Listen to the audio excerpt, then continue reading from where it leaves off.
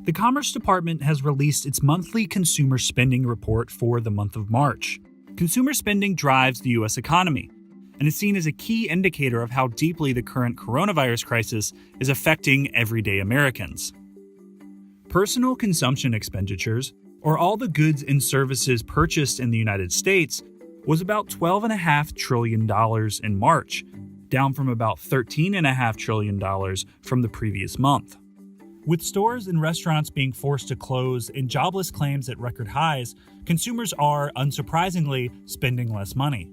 This consumer spending report is released monthly, and economists, investors, analysts all pay a ton of attention to it because of the huge role that spending has on the domestic economy.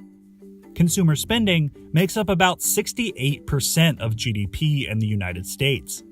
This is a really wide-ranging figure. This represents everything from people going to the mall, to shop at stores, to buying groceries, to getting haircuts. It's anything you spend your money on. So in March, we saw businesses across the country start to shut their doors, and social distancing measures were put in place, and people were staying home more than they had, maybe ever. So that puts a serious hamper on how much money they are spending. Consumer spending was at record highs a few months ago, driven in part by a decade of wage growth and low unemployment. But U.S. employees shed around 700,000 jobs in March, raising the unemployment rate to 4.4%, a number that's expected to increase in April. What we're really seeing play out here is kind of this domino effect that spending can have on the entire economy. So a lot of people are left jobless. They have less money to spend. So that's less money that they're putting into the pockets of other people. Retail sales were down 8.7% in March, with sales for clothing down as much as 50% from a year ago. The U.S. government has tried to offset the impact of this coronavirus downturn with a stimulus package like we've never seen before.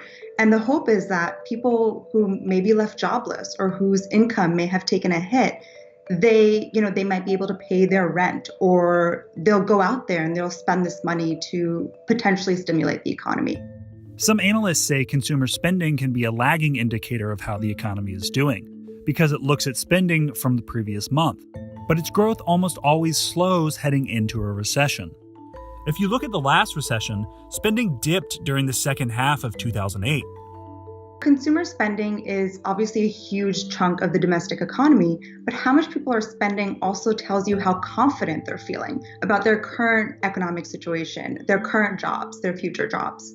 A survey of consumer sentiment plunged around 20% in early April, the largest monthly decline ever recorded. There are some corners of the economy where consumers are still spending while staying at home.